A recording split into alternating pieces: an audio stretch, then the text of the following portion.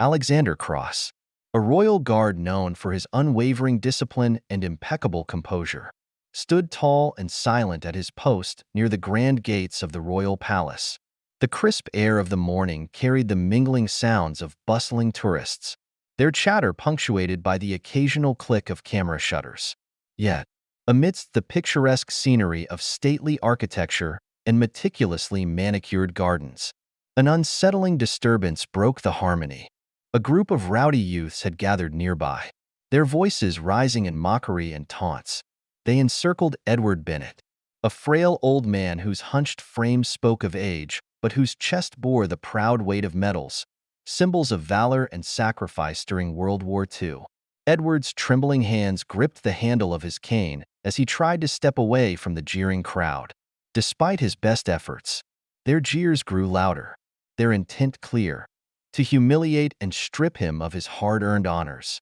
Alexander's keen eyes narrowed beneath the shadow of his bearskin hat. He was well-versed in the palace's code of conduct. As a royal guard, his duty was to remain steadfast, a living statue of protection and prestige. Breaking his stance was not only frowned upon, but could lead to disciplinary action. Yet, the scene before him stirred a conflict within. The medals Edward bore were not mere decorations. They were tokens of a history that demanded respect. The youths escalated their harassment, one of them lunging forward in an attempt to snatch a medal from Edward's chest. Edward's voice, frail yet resolute, cut through the air. "These medals are not yours to take. They are the blood and sweat of men who fought for your freedom." Alexander's grip on his ceremonial rifle tightened. His training demanded he remain still, a silent observer to the world's passing moments. But his conscience rebelled against the notion of inaction. The sight of Edward being disrespected, his bravery reduced to mockery, ignited a flame of indignation within the disciplined soldier. With a sudden, deliberate motion, Alexander broke formation. The crowd of onlookers, initially passive spectators, gasped audibly as the guard stepped forward. The weight of his polished boots meeting the cobblestones was a sound that resonated with authority and purpose. His towering frame, clad in the regal uniform of the royal guard, cast a formidable shadow over the group of youths. The ringleader turned, his sneering expression faltering as he met Alexander's steely gaze. "What are you gonna do?" he scoffed, attempting to mask his growing unease. "You're just a statue in a fancy suit." Alexander's voice, deep and commanding, broke the tension. "Leave this man alone." Each word was measured, carrying the weight of authority honed through years of service.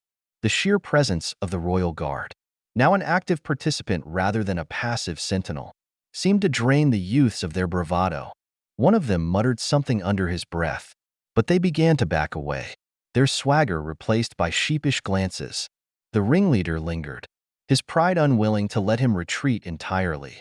"You can't tell us what to do," he said. Though his voice wavered, Alexander took another step forward, his posture unwavering, his rifle held firmly but not threateningly. "The medals he wears are a testament to a life of service and sacrifice. You will not dishonor them here." The confrontation ended as quickly as it had begun. The youths dispersed, their retreat met with scattered applause from the gathering crowd. Edward, visibly shaken but unbroken in spirit, looked up at Alexander. "Thank you, son," he said, his voice filled with genuine gratitude. Not many would have stepped in. Alexander nodded silently, returning to his post without fanfare. The crowd's murmurs followed him, a mix of admiration and curiosity. It was rare, almost unheard of, for a royal guard to break protocol.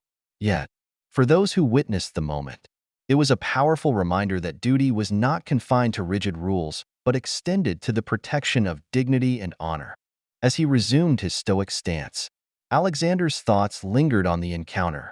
He knew there would be repercussions for his actions. The palace's hierarchy valued discipline above all, and his deviation from protocol would not go unnoticed. But in that moment, the satisfaction of standing up for what was right outweighed any concern for potential reprimand. Later that day, as the sun dipped below the horizon, casting a golden glow over the palace grounds, Alexander was summoned to the barracks. His superior, Captain Eleanor Hart, awaited him in the quiet confines of her office. The room was austere, its walls adorned with portraits of guards past and a framed code of conduct that seemed to glare down at Alexander as he entered. "Guardsman Cross," Captain Hart began, her tone neutral yet edged with formality. "I've received reports of your actions this morning, breaking formation, intervening in a civilian matter. You are aware this is a breach of protocol?" "Yes, ma'am," Alexander replied, standing at attention. His voice was steady, betraying neither regret nor defiance. Captain Hart studied him for a long moment, her piercing gaze seeking the reasoning behind his actions. Finally, she leaned back in her chair, her expression softening slightly. "What you did was against the rules, but it was not without merit. The Royal Guard's primary duty is to uphold the dignity of this institution. Today, you reminded us all that dignity is not just about appearances but also about principles." Alexander allowed himself a small nod of acknowledgement. "Thank you, ma'am. Consider this a warning," Captain Hart continued, "but also know that your actions did not go unnoticed. You set an example today, one that transcends the rigid expectations of our role. Be proud, but tread carefully." As Alexander exited the office, he felt a sense of validation tempered by responsibility. The path he had chosen, to act on conscience rather than compliance, was fraught with challenges. Yet, in his heart, he knew it was the right one. The next morning, as he resumed his post, Alexander noticed a subtle shift in the air. Tourists and palace staff alike regarded him with newfound respect. Edward Bennett, now accompanied by his family, approached the gates once more. The old veteran paused to offer a salute, a gesture of mutual acknowledgement between two men of service. Alexander returned the salute, his stoic demeanor masking the faintest hint of a smile. In the grand tapestry of duty and honor, he had added his own thread, a reminder that even the smallest acts of courage could uphold the values they were sworn to protect. Alexander Cross stood in the dimly lit room, his hands clasped behind his back as he faced Captain Eleanor Quinn.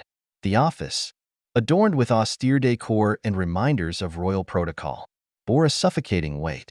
Captain Quinn sat behind her desk, her sharp eyes fixed on Alexander. Her reputation as the most stringent officer in the Royal Guard was well known. She did not tolerate breaches of protocol lightly. "Guardsman Cross," she began, her tone clipped and precise. "You are aware of why you're here?" "Yes, ma'am," Alexander replied, his voice steady despite the tension in the air. Quinn leaned forward, her hands clasped on the desk. "You broke formation yesterday, intervened in a civilian altercation, violated one of the most fundamental rules of our duty. Do you deny this?" "No, ma'am, I do not deny it." She studied him for a moment, her gaze unyielding. "Explain yourself." Alexander took a deep breath, recalling the events of the previous day. "I witnessed a group of individuals harassing an elderly veteran, Edward Bennett. They were attempting to take his medals, dishonoring his service and sacrifice. I acted to prevent further harm and uphold the dignity that those medals represent." Quinn's eyes narrowed. "And in doing so, you broke royal protocol, a protocol designed to ensure the impartiality and decorum of the Guard. Do you understand the implications of your actions?" "I do, ma'am," Alexander replied, meeting her gaze. "But I also understand that our duty extends beyond standing still and looking regal. It's about protecting the values this institution represents. Yesterday, I believed I was fulfilling that duty." Captain Quinn exhaled sharply, leaning back in her chair. "Alexander, you're not wrong in principle. What you did was morally commendable. But the Royal Guard operates under strict rules for a reason. Our actions reflect not only on us as individuals, but on the Crown itself. Any deviation from protocol risks tarnishing that reputation. Do you see the weight of what's at stake?" "Yes, ma'am," Alexander said, but with respect. "I believe that inaction would have caused more harm." For a long moment, the room was silent save for the faint ticking of the wall clock. Finally, Quinn rose from her seat, pacing slowly behind her desk. "You've placed me in a difficult position, Guardsman. On one hand, I cannot condone the breaking of rules. On the other, I cannot ignore the humanity and courage you demonstrated." She stopped and turned to face him, her expression softening slightly. "Tell me, Alexander, do you regret your decision?" Alexander hesitated only briefly. "No, ma'am." Seeing the gratitude in Mr. Bennett's eyes, knowing that I stood up for someone who couldn't defend himself, it was worth the consequences. Quinn's lips pressed into a thin line, and she nodded almost imperceptibly. "That's what I thought you'd say." She returned to her chair, pulling out a folder from a drawer. "Here's the situation. There will be an official reprimand on your record. Consider it a formal warning. You will also undergo additional training to reinforce the importance of protocol. However," she paused, her tone shifting, "there will be no further punishment." Alexander blinked, surprised. "Ma'am." Quinn's gaze softened further. "I believe in justice, Alexander, and sometimes justice requires us to bend the rules. The palace has received letters from witnesses, including Mr. Bennett's family, praising your actions. The public's perception is that you did the right thing, and frankly, I agree with them." Alexander felt a wave of relief, but remained composed. "Thank you, ma'am." "Don't thank me yet," Quinn said briskly. "This is not a free pass to act as you see fit in the future.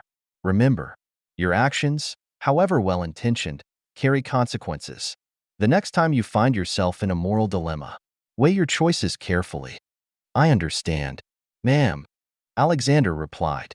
Quinn leaned back, her expression thoughtful, dismissed. "And, Alexander?" He paused at the door, turning back to face her. "Ma'am, not every rule is absolute, but it's up to you to decide which ones are worth breaking. Just be prepared to live with the results." "Yes, ma'am," Alexander said, his voice resolute.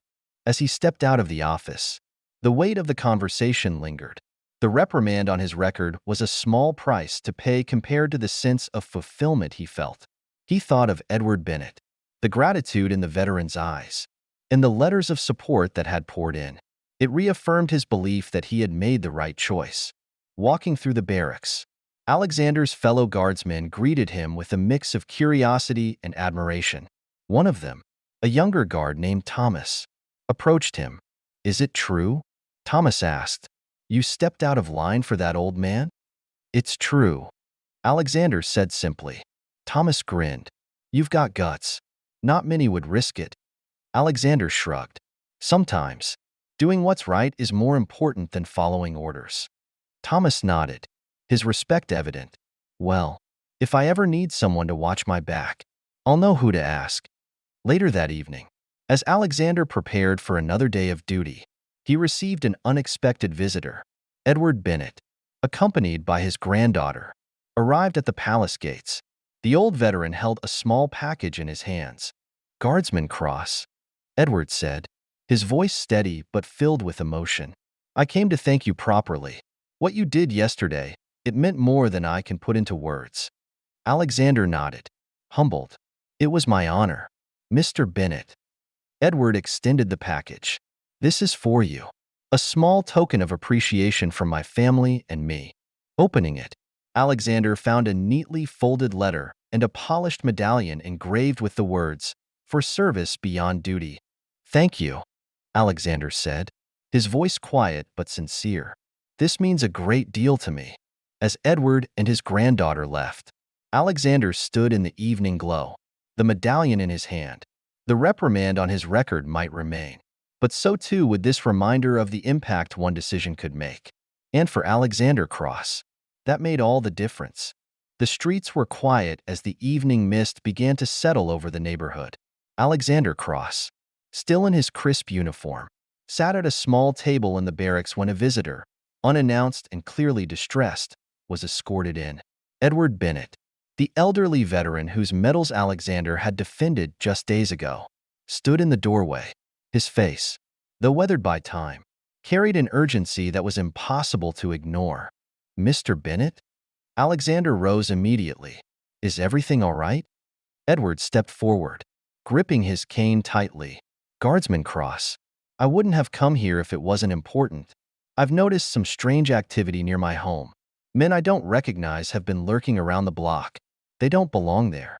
And it's making the whole neighborhood uneasy. Alexander frowned, his mind racing. What sort of activity?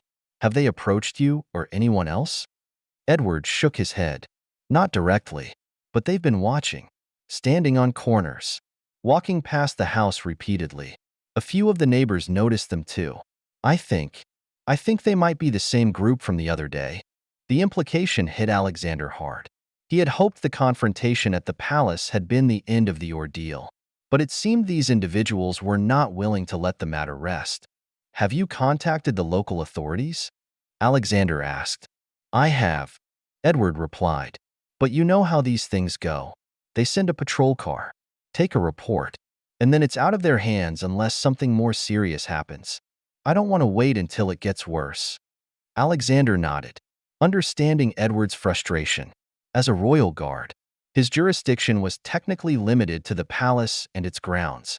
To act beyond that boundary was to step outside his official role. Yet, the thought of leaving Edward and his neighbors to fend for themselves didn't sit right with him. Give me your address, Alexander said after a moment. I'll see what I can do. Edward's eyes widened. You do that? Even after what happened with your superiors? Alexander gave him a reassuring smile. Sometimes the right thing isn't the easy thing. Besides, I'll be discreet. That night, Alexander arrived at the neighborhood in plain clothes, his military precision evident even in the casual attire. Edward's house was modest but well kept, its front porch light casting a warm glow over the neatly trimmed hedges. Alexander's trained eyes scanned the surroundings as he approached, noting every shadow, every movement. Edward greeted him at the door. Thank you for coming, he said quietly. I've been keeping the lights on and the curtains drawn, but it's hard to shake the feeling of being watched. Let's take a look around, Alexander said. The two men stepped outside, walking the perimeter of the property. Alexander's senses were on high alert. He noted a parked car that seemed out of place, its windows tinted too dark to see inside. Across the street, a man loitered near a street lamp, pretending to scroll on his phone but glancing toward Edward's house every few seconds. Stay inside, Alexander told Edward firmly. Lock the doors and windows. I'll handle this. Edward hesitated. You're putting yourself at risk again. Are you sure about this? Alexander nodded. I'm sure. I've faced worse. Positioning himself in the shadows of the front yard, Alexander waited, his posture relaxed but his mind sharp. The hours ticked by, and just as he began to think the night would pass uneventfully, movement caught his eye. Two figures emerged from the parked car. They moved with the practiced stealth of individuals who didn't want to be noticed, their hoods pulled low over their faces. One of them gestured toward Edward's house, and they began to approach. Alexander stepped forward, his voice cutting through the quiet. That's far enough. The intruders froze, startled by his sudden appearance. Who the hell are you? One of them demanded, his tone defensive. A friend of the homeowner. Alexander replied evenly. And you're trespassing. Leave now, and I won't call the police. The second man sneered. You think you can scare us off? You're just one guy. Alexander's stance shifted slightly, his training evident in the way he carried himself. Do you really want to find out what one guy can do? For a moment, the tension hung heavy in the air. Then, perhaps sensing that Alexander was not an opponent to be trifled with, the two men exchanged a glance and backed away. This isn't over, the first man muttered as they retreated to their car. Alexander watched as the car sped off into the night, his expression unreadable. Once they were gone, he returned to the house and knocked lightly on the door. Edward opened it cautiously. It's safe for now, Alexander said, but I'd recommend installing security cameras and keeping a close eye on things. They might come back. Edward's gratitude was palpable. I don't know how to thank you. You've done more for me than I could ever repay. Alexander shook his head. You've already paid, Mr. Bennett, with your service, your sacrifice. This is the least I can do. The following morning, Alexander returned to the palace, his usual stoic demeanor masking the events of the night before. He knew he had taken a risk, one that could have serious consequences if discovered. Yet, as he stood at his post, The memory of Edward's relief and gratitude reaffirmed his decision. Captain Eleanor Quinn's voice pulled him from his thoughts. Guardsman Cross. A word? Alexander turned, his posture rigid. Yes, ma'am. Quinn's sharp eyes studied him. I've received unofficial reports that you were seen near Mr. Bennett's residence last night. Care to explain? Alexander met her gaze, his voice calm but firm. Mr. Bennett was in danger. Ma'am, I acted to ensure his safety.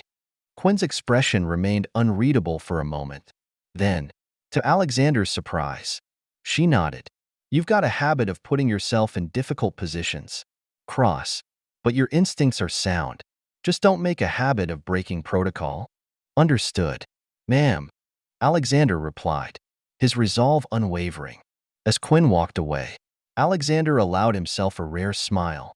The road ahead might be fraught with challenges, but he knew one thing for certain. He would always stand for what was right, no matter the cost. The moon hung low in the night sky, casting pale light over Edward Bennett's quiet neighborhood. Alexander Cross arrived just in time to see shadowy figures lurking near the edges of Edward's property. He parked his car a block away and approached silently, his instincts honed and senses sharp. It was clear that the same group of youths had returned, and this time, they seemed intent on forcing their way into the house. From his concealed position near a hedge, Alexander observed the group.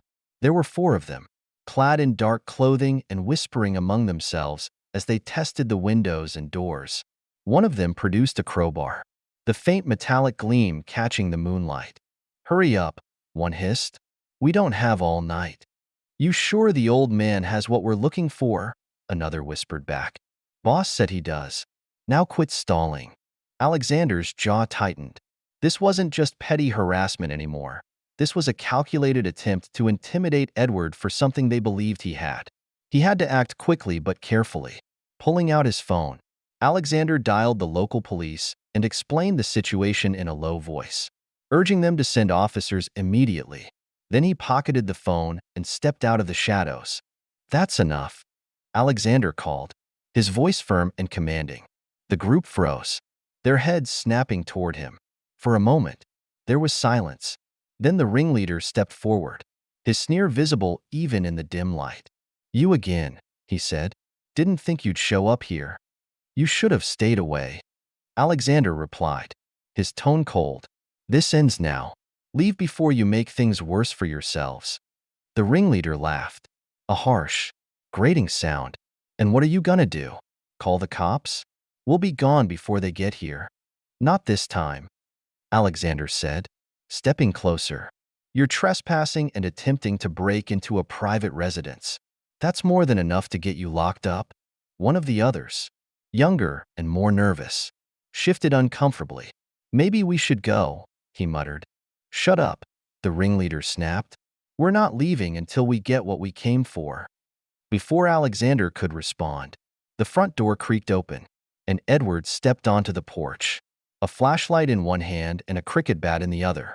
His face was set in a grim determination that belied his years. You've got no business here, Edward said, his voice steady despite the tension in the air. Whatever it is you're looking for, you won't find it. The ringleader's sneer faltered as he took in the sight of the elderly man standing defiantly before him. You should have stayed inside, old man.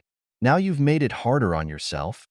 Alexander stepped in front of Edward, shielding him from the group. If you want to try your luck, you'll have to go through me first. Tension crackled in the air as the group hesitated. The ringleader glanced at his companions, weighing his options. Finally, he lunged forward, crowbar raised. Alexander reacted instantly, sidestepping the attack and disarming him with a precise twist of his arm. The crowbar clattered to the ground as the ringleader cried out in pain. Stay down, Alexander warned, his voice ice-cold.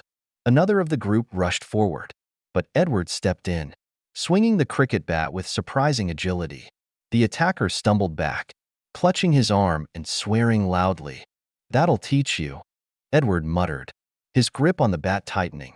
The remaining 2 hesitated, clearly reconsidering their choices. Before they could act, the distant wail of police sirens reached their ears. Panic set in as the group realized their time was up. "Let's get out of here," one of them shouted, turning to run. "Nobody's going anywhere," Alexander said, stepping forward. "Stay where you are." The arrival of flashing blue lights sealed their fate. Police cars screeched to a halt at the curb, and officers poured out, quickly taking control of the scene. The group was rounded up, handcuffed, and led to the waiting vehicles. One of the officers approached Alexander, his expression a mix of respect and curiosity. "You're the one who called this in?" "Yes," Alexander said, his tone measured. "These men were attempting to break into the house. They've been harassing Mr. Bennett for days." The officer nodded, glancing at the subdued group. "We've been tracking them for a while. Small-time criminals tied to a larger organization. Looks like they thought they could intimidate Mr. Bennett into giving them something." "What were they after?" Alexander asked. The officer shrugged. "Could be anything. Information, money, leverage. We'll question them and find out. For now, it's over." Alexander turned to Edward, who was leaning against the porch railing, visibly exhausted but unshaken.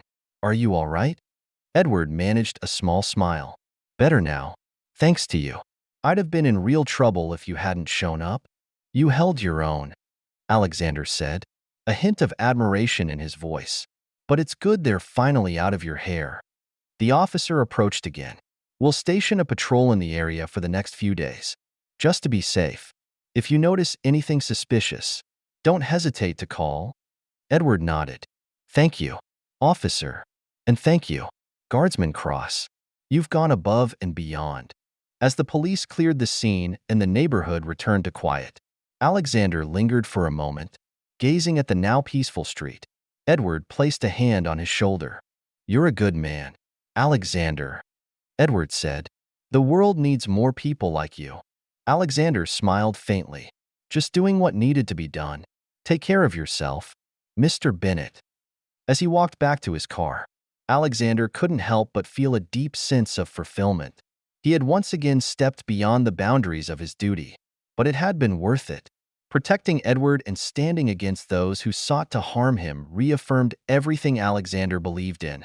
And for him, that was all that mattered. The grand hall of the royal palace was resplendent with gilded chandeliers and red velvet drapes, every detail exuding prestige and history. The room was filled with dignitaries, royal family members, and guards in full ceremonial attire. Among them stood Alexander Cross, his polished uniform a stark contrast to his modest demeanor. Today was a day of recognition, though Alexander felt the weight of the moment more than its glory. At the far end of the hall, a raised platform with a ceremonial lectern awaited. The crowd murmured in anticipation as the event began. Captain Eleanor Quinn stepped forward, her commanding presence silencing the room. She addressed the gathering with a voice that carried both authority and respect. "Ladies and gentlemen, today we honor those who have gone above and beyond the call of duty," she began. "Their actions remind us that courage and morality are not bound by protocol but are guided by an unshakable commitment to what is right." She paused, her eyes scanning the audience before settling on Alexander. "Guardsman Alexander Cross, step forward." Alexander took a deep breath and walked to the platform, the sound of his boots echoing in the silent hall. He halted before Captain Quinn and bowed his head slightly in deference. "Guardsman Cross," Captain Quinn continued, "in the face of danger, you chose to act. You upheld the principles of the Royal Guard while demonstrating that our role is not confined to standing watch but extends to protecting the dignity and safety of those we serve. Your bravery in defending Mr. Edward Bennett, both here and in his home, exemplifies the highest ideals of this institution." She gestured to an aide, who stepped forward holding a velvet cushion.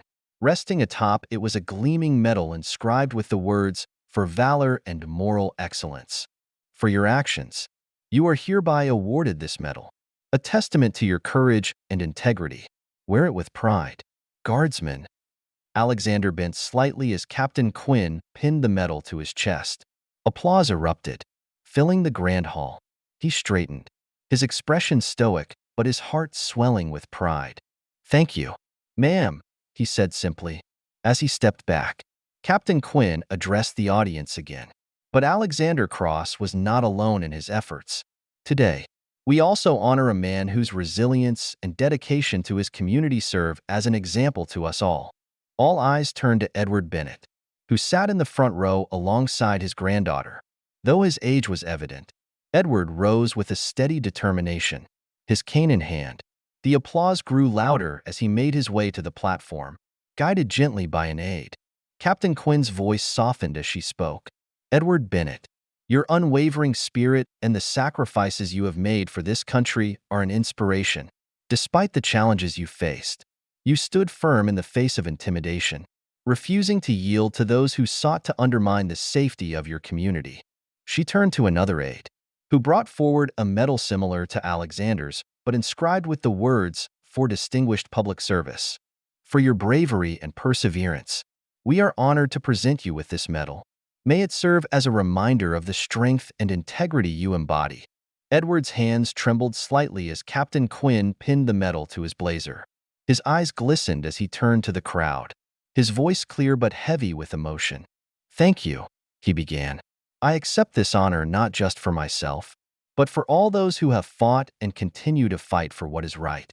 It is a privilege to know that our sacrifices are not forgotten." The room erupted into another round of applause as Edward bowed his head humbly and stepped back to stand beside Alexander. After the formalities, the ceremony concluded with the royal family presenting their congratulations personally. Alexander and Edward found themselves standing together near the refreshment table, the medals glinting on their chests.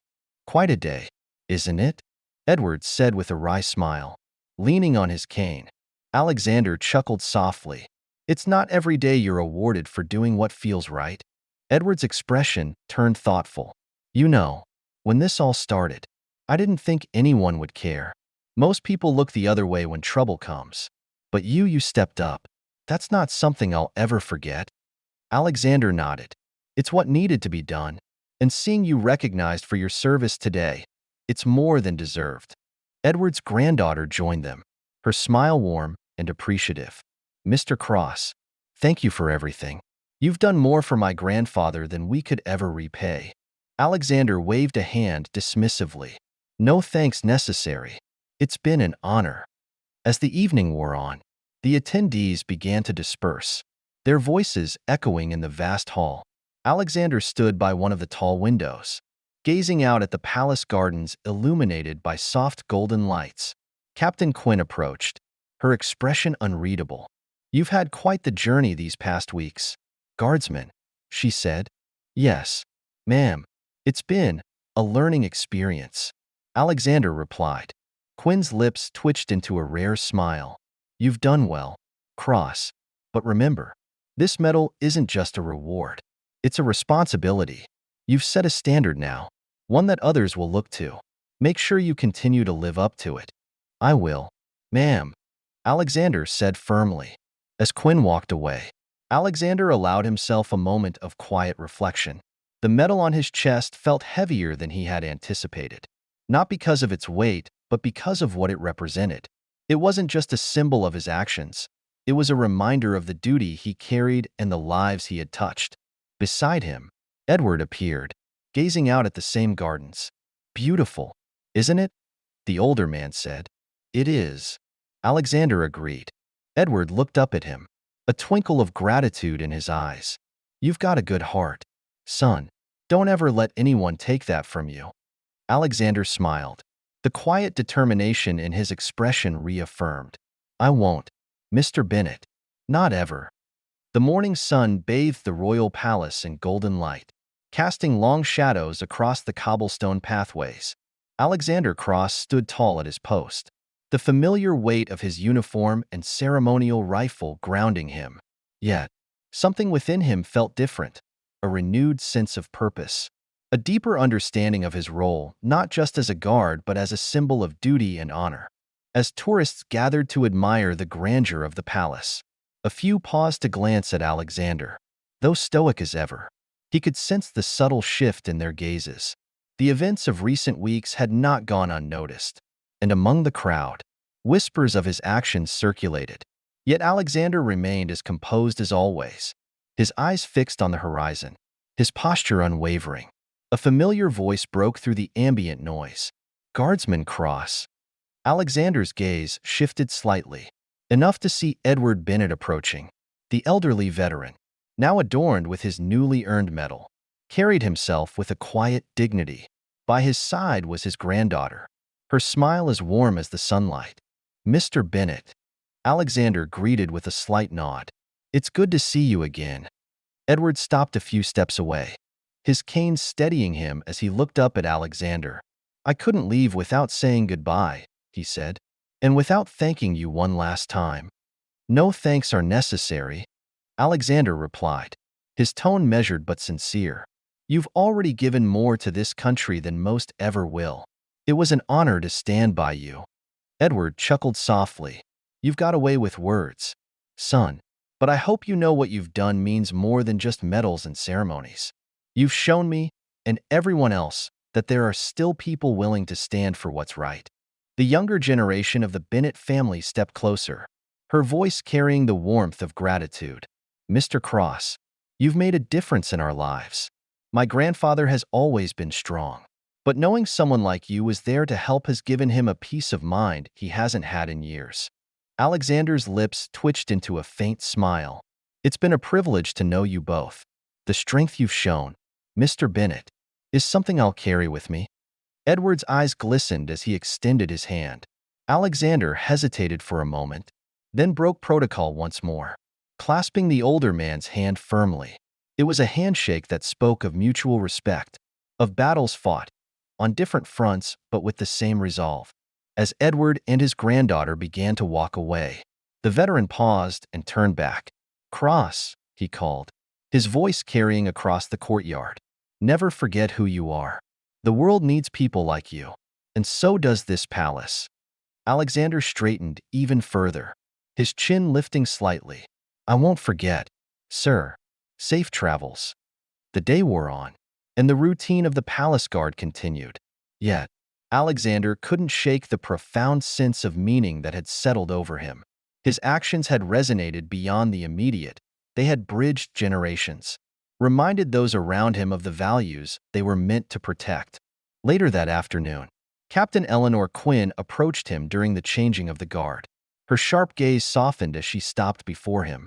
"Guardsman Cross," she said, her voice carrying a note of approval. "It seems you've made quite the impression." Alexander remained at attention. "Just doing my duty, ma'am."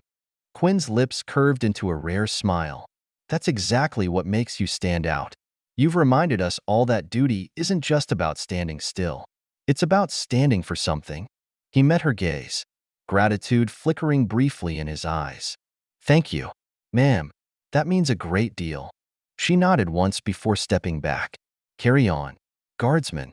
But remember, the path you've chosen will always demand more of you. Make sure you're ready for it." "Always, ma'am," he replied, as the sun began to set, casting warm hues across the palace grounds. Alexander found himself reflecting on the events that had brought him to this moment. From his initial decision to step out of line to the ceremony that had celebrated both his and Edward's courage, every choice had reaffirmed his understanding of what it truly meant to serve. The image of Edward, standing tall despite his years, remained vivid in Alexander's mind. The handshake they had shared felt symbolic, a passing of the torch from one generation to the next. Courage, respect, and an unwavering commitment to doing what was right. These were the values that connected them. A small group of tourists approached, their faces lighting up as they snapped photos and whispered among themselves. Alexander stood firm, his expression neutral but inwardly proud. He wasn't just a royal guard anymore. He was a symbol of something greater. As the evening deepened and the palace lights began to glow, Alexander allowed himself a quiet moment of reflection. His role, his actions, and the people he had encountered had all come together to shape not just his duties but his purpose. And as he stood there, resolute and unyielding, he knew one thing for certain. He would continue to guard not only the palace but the ideals it stood for, with courage and integrity guiding his every step.